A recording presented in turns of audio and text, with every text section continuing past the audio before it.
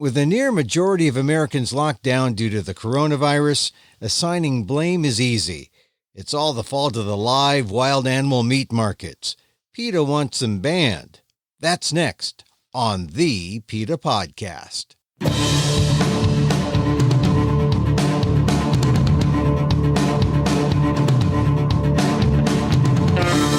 Welcome to the PETA Podcast. I'm Kathy Guillermo, your host for this behind-the-scenes look at PETA, the largest animal rights organization in the world. And I hope you're all faring well as America and much of the world is gripped by COVID-19. On today's episode, if you had to point a finger at the one thing that's been the cause of the pandemic, you'd have to say it was the live food markets, aka the wet markets, where live wild animals are killed before your eyes, fresh or just fresh disease. That's believed to be the case in Wuhan, China, where the outbreak was suspected. But live markets exist everywhere, even here in the United States, where wild animals mix with domestic animals and can easily replicate the exact same situation as in Wuhan. That's why PETA is petitioning the World Health Organization this week to shut down live food markets everywhere.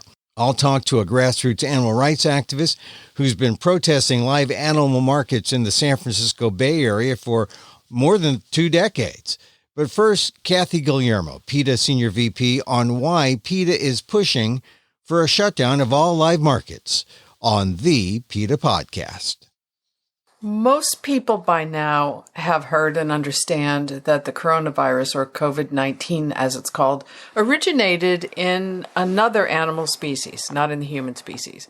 And there has been speculation about what that species is, a bat, a civet cat, other kinds of animals. But it is suspected to have started in what's called a live market in China, a live market where animals are sold for consumption.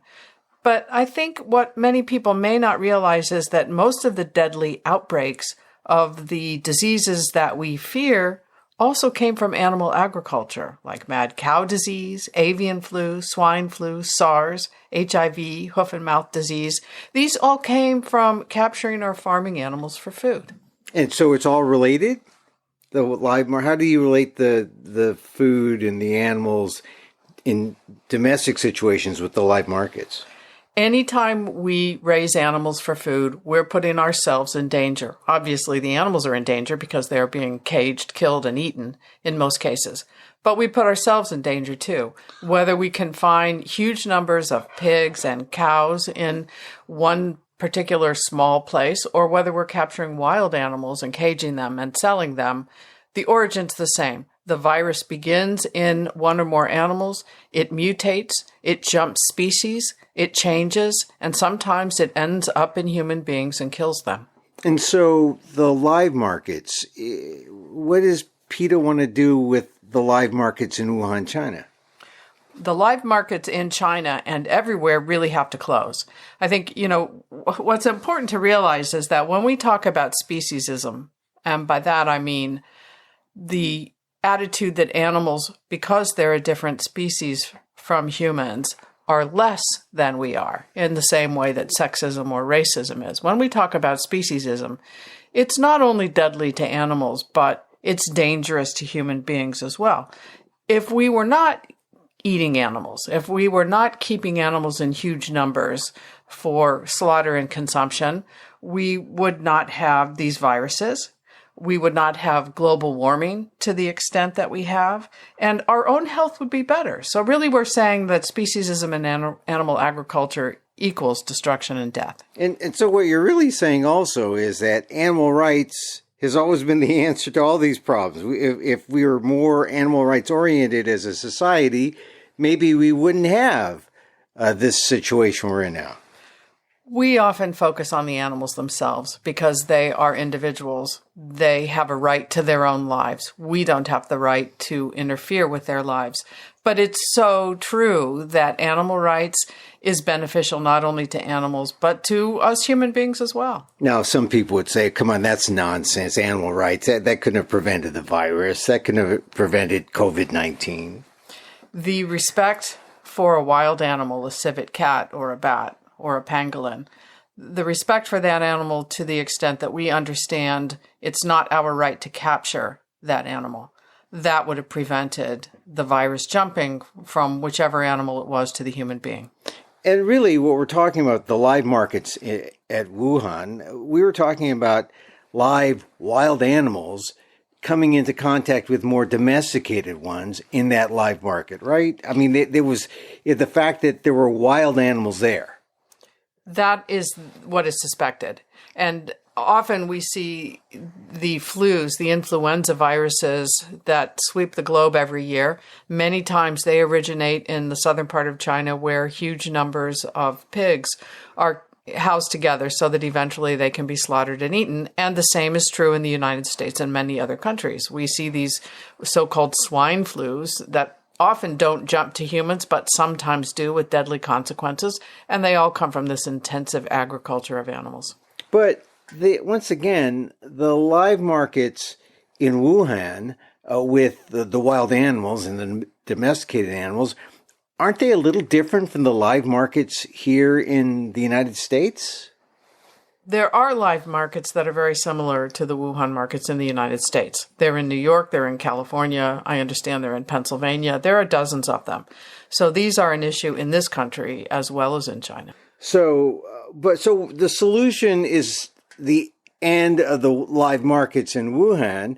China, back in March, the first week in March, banned the markets there. They're opening again, or they're scheduling to reopen Wuhan sometime in April. I'm not sure if the live markets will be restored.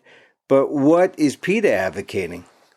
Well, we have just sent a letter to the World Health Organization, and we have launched an international petition.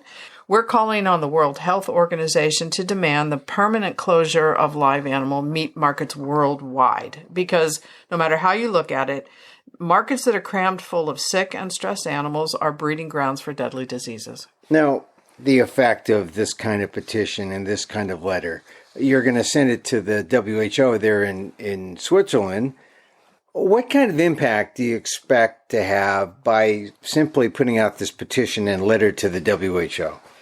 Millions of people agree with PETA, and millions more will by the time this coronavirus runs its course. And it's not something we think the World Health Organization can ignore any longer. They can take action, and they can do it quickly. And simply by, say the Wuhan markets were closed, say last year, this could have stopped the spread of this disease? I think it would have stopped the spread of this disease.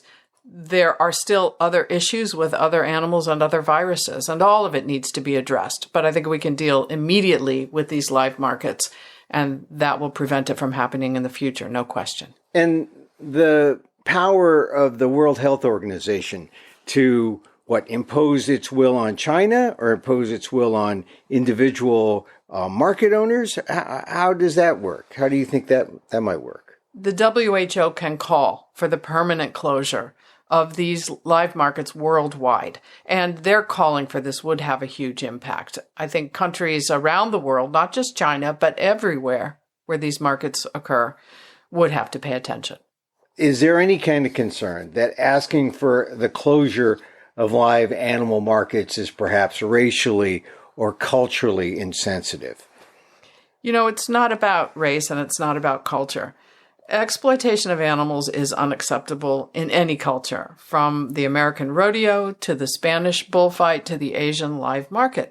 All of it needs to be ended. All of it needs to go. And we human beings will be all the better for it, and so will the animals. And the importance of public health in this debate, does that have some weight? Is that the biggest weight on the part of the WHO?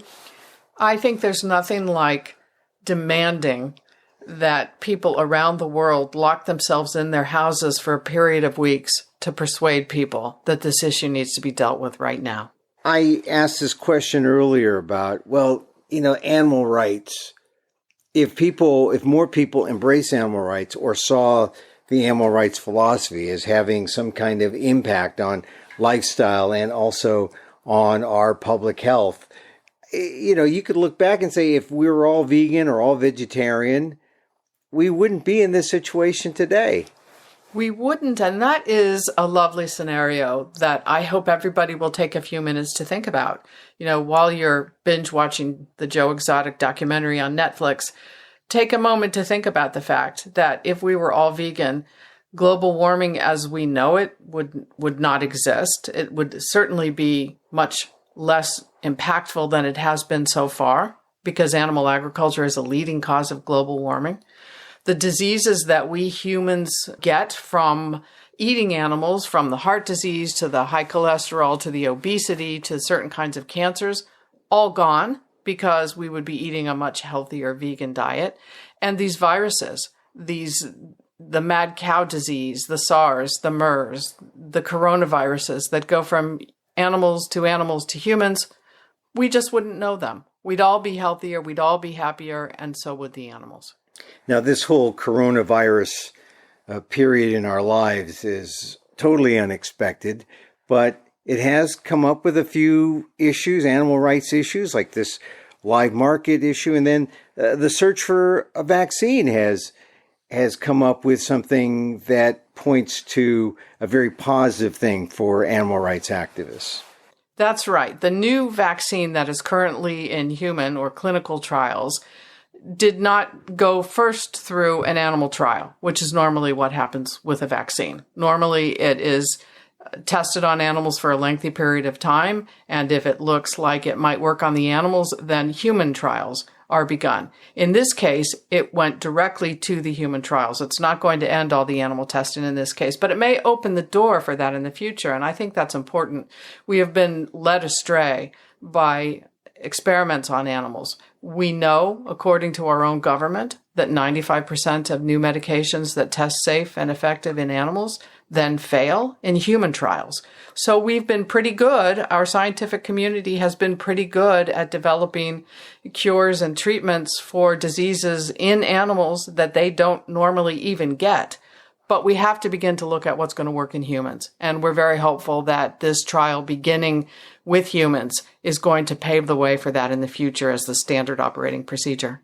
And simply by doing that, you can literally save millions of small animals' lives.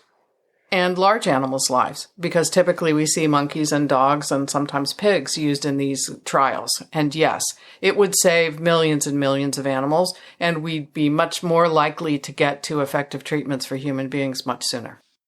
PETA Senior VP Kathy Guillermo, who regular listeners know is my wife. Hey, we're all working from home these days, huh? But I add that disclosure just to be official. It's not exactly pillow talk, but we're talking real issues here. But some positives for you animal rights activists with the vaccine trial skipping the animal testing part. All the animals that would have been killed in tests that don't accomplish much but check a bureaucratic box, well, those lives have been saved. And the vaccine trials continue on skipping the animal testing part. But we still have the source of the virus to deal with, the live animal markets. And PETA is now calling on the World Health Organization to curtail the live animal markets everywhere, not just in China, even in the U.S. And as I mentioned, just think, if people just stopped eating animals, there'd be no live markets and nothing like COVID-19. Congress just passed a $2 trillion stimulus package. Now, just imagine, for a $20 trillion economy, $2 trillion isn't going to be enough to take us past the summer. But think about this again. If meat and heart disease, since they're undeniably linked, what if we were to get rid of all heart disease? You know, there was a Chicago study in 1999 that said if we cured heart disease, we'd save the U.S. $40 trillion. $40 trillion by curing heart disease. And how do you cure heart disease? Well, you could stop eating meat. You could eat more leafy greens. You can reverse heart disease. That was from a Chicago study in 1999. $40 trillion we could save. That should be the goal. Right now, our $20 trillion economy, we're hemming and hawing about passing $2 trillion to save us from the coronavirus. So a ban on live markets where, we're really targeting the process of the meat eating, ways of people should be seen as having multiple benefits. And for a long time, there have been grassroots activists like Eric Mills fighting the good fight. Eric Mills has formed Action for Animals. Way back when, he's been fighting to end the live markets for 25 years, mostly in the San Francisco Bay Area. He says the markets are right here, mostly unregulated or allowed to exist with lax enforcement. The extent of the wild animals is certainly nothing like those out of the Asian markets. But we do have non-native frogs and turtles in the markets. And the conditions they're kept in are horrendous too. They're stacked 4 and 5 deep, no food, no water, missing body parts, and quite often butchered while fully conscious.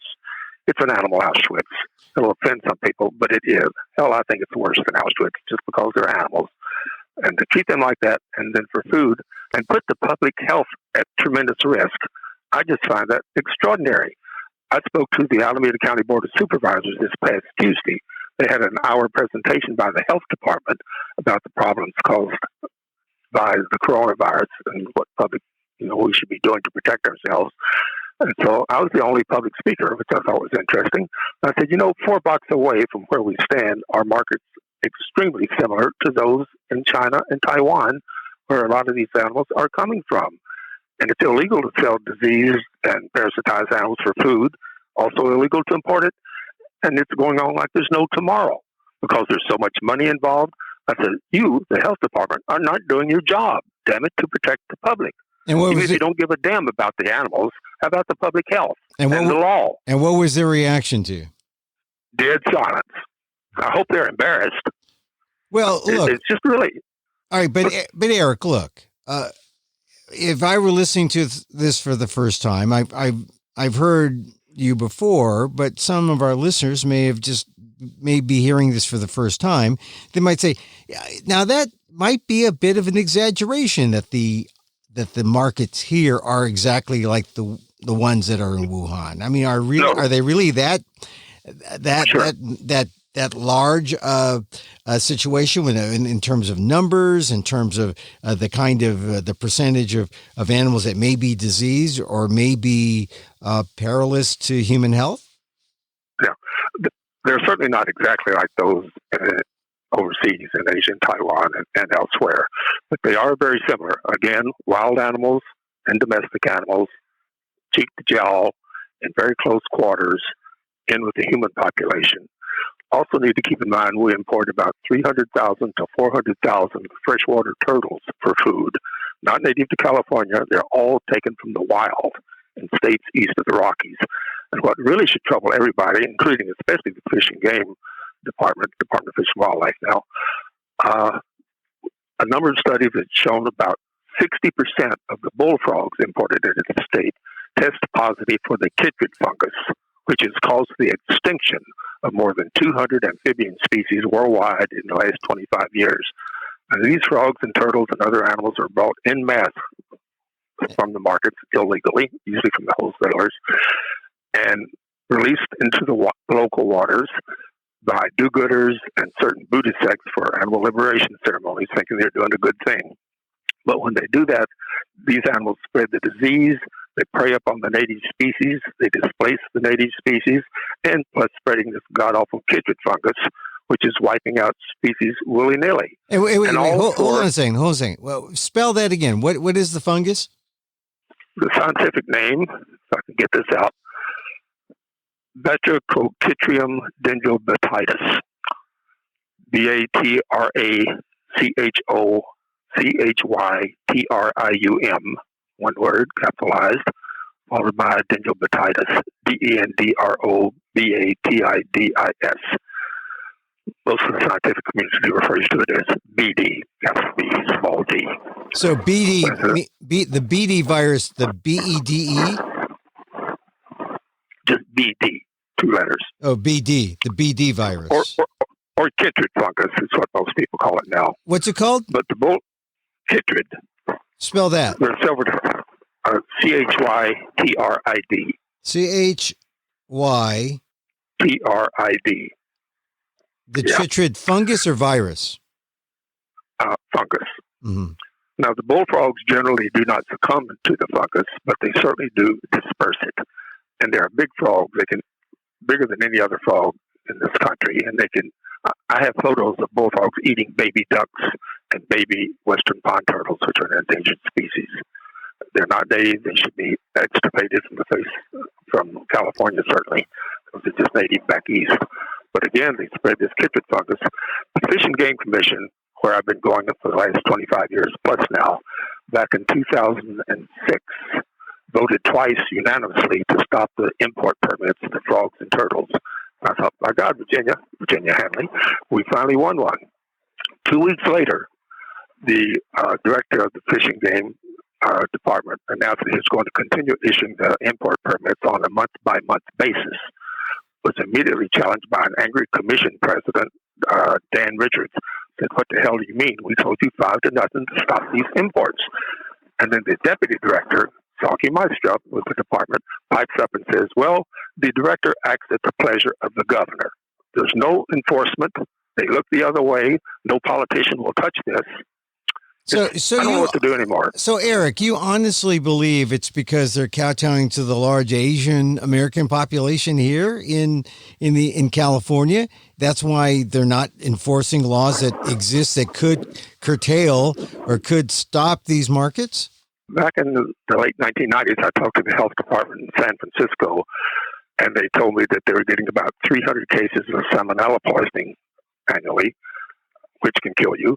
I said, "Are you trying to track it down to see where it came from?" They said, "Oh, no." I said, "Then why not? Are you afraid you'll see that it's coming from the live animal food markets?" Which I have no doubt that it is. I saw one merchant in San Francisco chopping up 5 different kinds of animals, different species, on a chopping block, smoking the whole time, never washed down the chopping block between animals. It's insane. And putting the public risk at it. So what's going to stop this? What is going to make them enforce the laws, and what is going to send the message to the live markets everywhere? Not just in California, but there are live markets probably in every major Asian American population in the country, right? Yeah, New York City is rife with these, and they're all over California, probably Vancouver and Chicago. All these markets, the wildlife trade overall has been shut down completely in China. So the newspaper reports tell me, but I'm sure it's only temporary. It should be worldwide. And of course, there's a major black market in this too. Eric, a lot of people who, especially people who know me as an Asian American activist, would say, this guy is being culturally insensitive. He's not being... Damn right I am. Yeah. I'm sick of culture being used as an excuse to screw over animals and each other. Where I stand right now, it used to be Mexico until we stole it with disease, guns, and religion. And of course, the Native Americans came from Asia 12,000 years ago. So there's plenty of bad karma to go around. But what you're saying is that this is a matter of public health. As we see it, that's the biggest part. As far as the animals are concerned, it's a matter of survival. And to be killed and eaten just for food, which they don't need, which is bad for you, for superstition, and it makes me hyperventilate. Well, all right, but so we have these markets here. When you heard that these markets in Wuhan were the source of this virus that we're all fighting now, that must have rang a few bells in your head that they were connected somehow. Absolutely. The SARS came from there, MERS. It is not helpful to eat wild animals, period. If you hunt them, that's different. Hunt and kill, okay. But to raise them commercially and with domestic animals in horrific conditions and staggering cruelty, that alone should be enough to stop it too. But nobody seems to give a damn about that. Eric, I've been talking to you for years about these subjects. You don't ever seem daunted by the fact that the establishment doesn't seem to move. They haven't moved, and now they're moving a little bit because of the coronavirus. Yeah, isn't it ironic? What are your feelings now? We're like the frog in the boiling water. We don't pay attention until it's too damn late. E.O. Wilson, the Harvard biologist, Right. won a couple of Pulitzer Prizes. He has a book came out in 2015 called The Meaning of Human Existence. I've often wondered. And Dr. Wilson is the eternal optimist. But right in this book, he says, we as a species are innately dysfunctional. I think it's true. Not only that, we're the only self-destructive animal on the planet, and by far the most destructive to the detriment of everybody else. I'm sure all the animals are going to celebrate when we're all gone. So will I. I think we're just morally bankrupt, and when push comes to shove, we'll try to help, but we wait until it's too late. This coronavirus may be it. It'd be wonderfully ironic if I died of it after working on it for 25 years. Wouldn't be surprised. It's quite possible. The streets are deserted around here. The movie theaters are empty. People are afraid to go out. Nobody speaks. It's truly depressing. We brought it on ourselves. It's self-inflicted. That's what really ticks me off. We know better, but we don't do better. It's like climate change. We knew back in 1970 that it was a major deal. Eric, you speak like a true activist. Do you think that we're going to see something finally happen, at least when it comes to the live markets? Because every year when we go through the flu cycle, and it's every year. I think this coronavirus pandemic, people are scared now, understandably. So am I. But I think it might bring out some action. Even though the deadline for introduction of new bills in Sacramento is passed, most legislators keep handy a spot bill or a gut and amend. We need some state and federal legislation now to stop the imports of these animals and to stop these markets generally across the board to the health and well-being of all, animals and humans alike. I don't know if we'll do it or not. And I hate the fact that we have to be scared into doing the right thing. But if that's what it takes, so be it. Here we are. I would encourage all your listeners to contact your state legislators, your city councils, your federal reps, and encourage them to do legislation to stop this for the public health, the environment, and animal welfare. All right. Eric Mills, Action for Animals. He's been at it for 25 years. He's a grassroots animal rights activist and giving us some perspective on the live animal markets. Thanks, Eric. Thank you, Emil.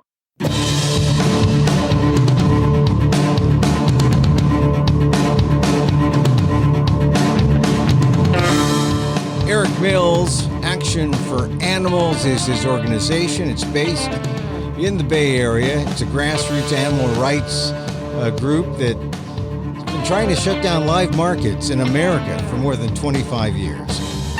You know, those live markets similar to the one in Wuhan that started the Covid-19 outbreak. And now PETA is calling for a worldwide closure of the live market practice by petitioning the World Health Organization in Switzerland. You can sign on the petition and go get more information by going to PETA.org.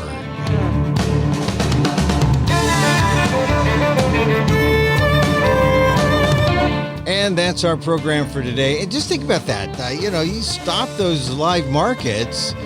There have been studies that show if you stop heart disease, you could save $40 trillion in America. Right, and we're hemming and hawing about that $2 billion stimulus package we just passed, or Congress just passed, to save our economy because of the coronavirus. A lot of good can happen if we just went vegan, right?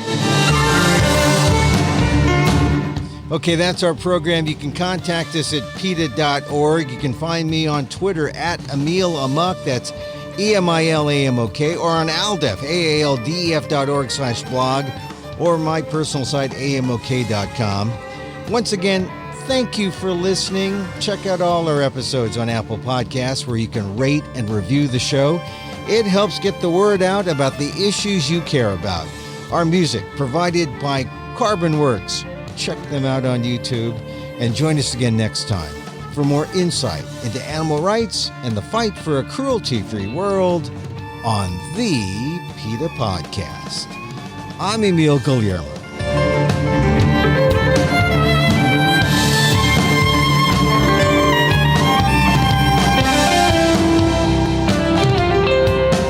Take care, everyone. Stay healthy.